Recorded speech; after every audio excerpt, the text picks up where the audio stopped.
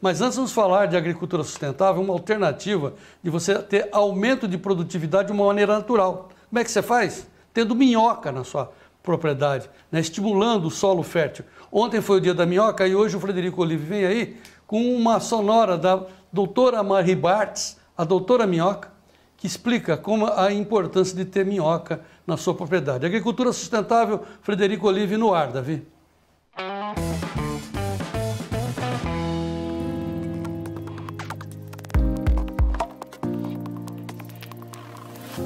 Olá, João Batista, tudo bem? Boa tarde. Hoje é sexta-feira, 22 de outubro. Estamos encerrando mais uma semana aqui no programa Tempo e Dinheiro com o quadro Agricultura Sustentável.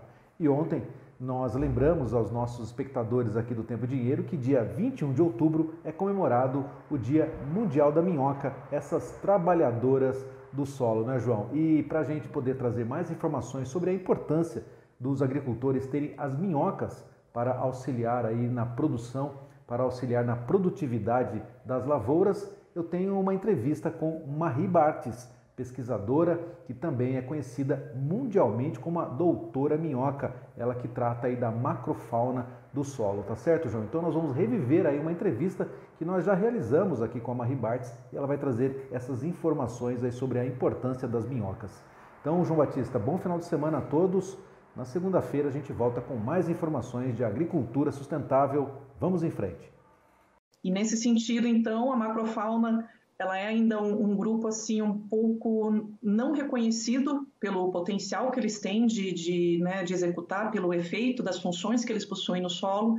Então, a minha ideia é reforçar cada vez mais, mostrar para os agricultores quem são esses organismos, que em geral a macrofauna são os mais fáceis, que são os visíveis, é o que a gente diz que é a fauna visível de invertebrados do solo, e mostrar o que boa parte dos grupos deles fazem, né? Então, tem aqueles que ajudam na decomposição da matéria orgânica, são fragmentadores, e tem outros grupos que daí entram no meu outro lado, e por isso que sou chamada de doutora minhoca, que são os que a gente chama de engenheiros do ecossistema, justamente porque eles têm esse efeito na parte física do solo, pelas estruturas que eles conseguem construir no solo, e entre eles estão as minhocas, né? Então, a gente sabe que para a maioria das pessoas, se você perguntar o que é um solo saudável, é um solo que possui minhocas. Então, isso é um indicador que esse solo está com uma qualidade boa para o desenvolvimento das plantas. E, às vezes, não precisa acabar muito não, viu, Frederico? Porque a gente tem diferentes espécies de minhoca e, às vezes, se o sistema está bem estabelecido, se ele está bem protegido e tem matéria orgânica, já em cima na palhada, quando você tira a palhada naquela interface, já tem espécies de minhocas que ficam ali e habitam ali. E aí, claro, dependendo de como esse sistema está evoluindo e também do histórico que ele tem anterior, se teve convencional, quais foram as intervenções, a gente tem diferentes espécies que vão até 60, 70, 80 centímetros de profundidade no solo. É esse efeito que elas vão produzir, por que elas, todo mundo diz, um solo saudável é um solo que tem minhocas. E em geral, quando você pergunta o que elas fazem, eles falam, elas afofam o solo. O que é esse afofar? Essa capacidade que elas têm de construir galerias e túneis dentro do perfil do solo. Então, esse potencial que elas têm, essa quantidade de galerias que vai formar no perfil do solo, vai ajudar imensamente na infiltração da água, na troca de gases.